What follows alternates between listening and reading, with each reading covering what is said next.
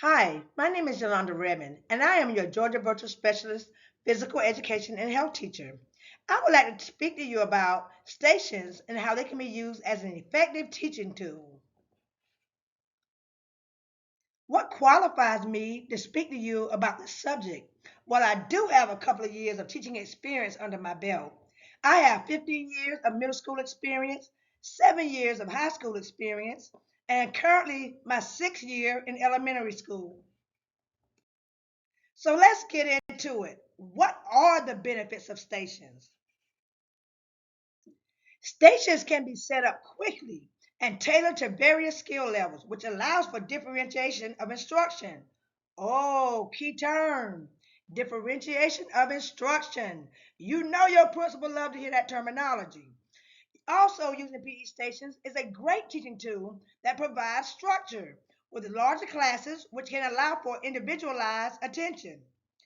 By rotating through different types of stations, students are not only engaged and active, but they are also provided a fun learning environment for team building, learning and practicing a new skill, or simply completing a task. Students learn how to become independent learners and leaders by completing tasks with minimal assistance from a teacher. And you know, we love to provide minimal assistance. Finally, stations can also be used as an assessment tool.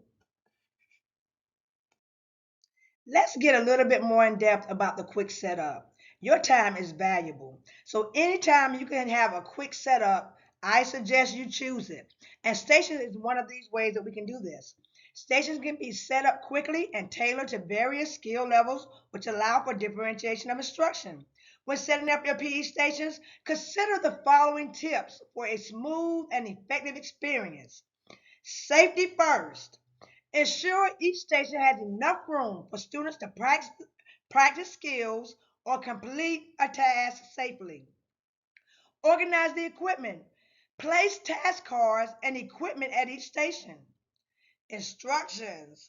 Use instructional cards with clear instructions and visuals. Manage time. Use a timer to signal when it's time to move to the next station. Supervise and rotate. The teacher should not be sitting down while students are engaged in activity. Let me repeat. The teacher should not be sitting down while students are engaged in activity. Rotate to each station, offering feedback, guidance, and ensuring students are on task and being safe. Stations also provide structure. Using a PE station is a great teaching tool that provides structure with larger classes, which you all know we sometimes have multiple classes in the gym at the same time. And this can allow for individualized attention. One way to provide structure is using the graduation release or responsibility module. For example, I might set up my station one as the I do. That is where the teacher explains and demonstrates.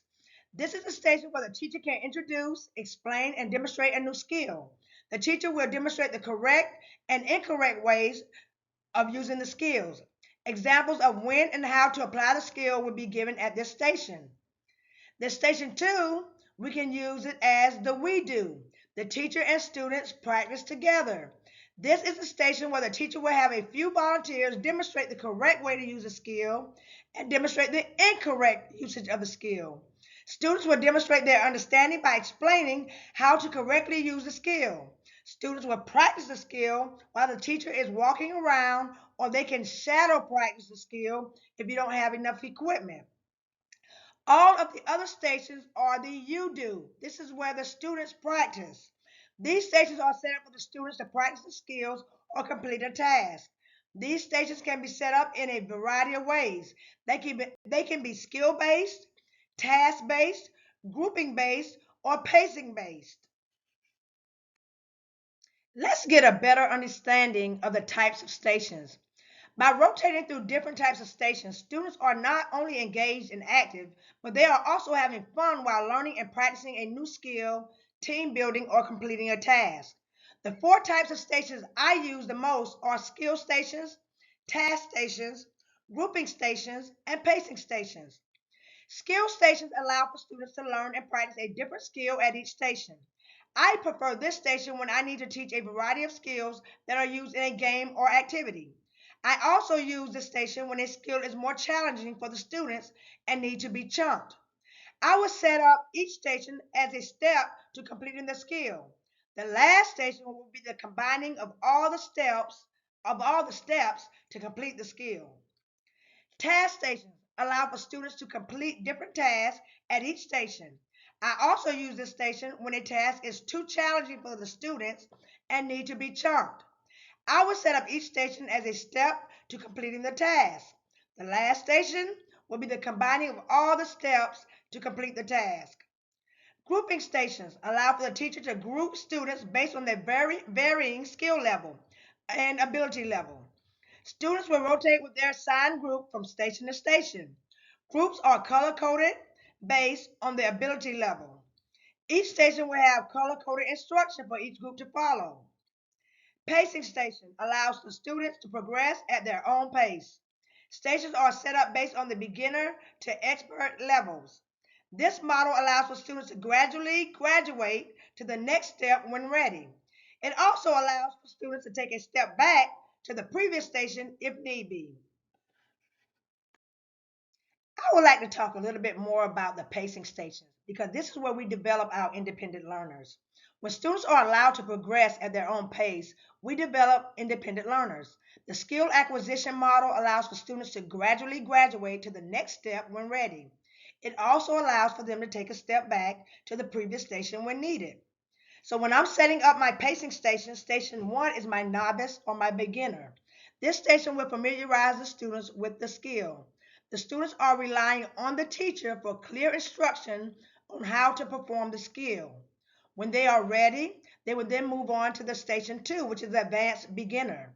The next station allows for students to identify why they are being unsuccessful with the skill and work on their own. Even though students are still following the step-by-step guide of the teacher, they have developed a better understanding of what they are doing incorrectly and can begin to take steps to correct it. Step three, or station three, is my competent station. This is a station that allows students to add speed and distance while practicing a skill. At this station, students will begin practicing the skill at a faster pace while moving and at a longer distance, which will help them perform better in game-like situations. When they are ready, they can then move on to station four, which is proficient. This is a station where students begin to take ownership of the mastery of the skill. When students reach this station, they understand what the skill should look like when using the correct and incorrect form, how to correct the incorrect form, and is able to explain what will happen as a result of the correct form not being used. And finally, station five. That is when the students become experts. This station is for the students who are able to apply the skill in a game-like setting. The final benefit of using stations is we can use it as an assessment tool. When teachers use stations as an assessment tool, it becomes more manageable for the teacher to assess student skill as opposed to trying to assess the entire class at once. Students can use stations as an assessment tool as well. During their peer evaluation, students take responsibility for their own learning. They learn how to exchange ideas and give constructive feedback. Ultimately, they learn how to conduct a peer evaluation. Well, thank you for allowing me to share information about utilizing stations in PE. I hope you are able to take away some information and able to actually implement it into your classes. If you have any questions or if you have any suggestions, please reach out and contact me. Here is my information that way.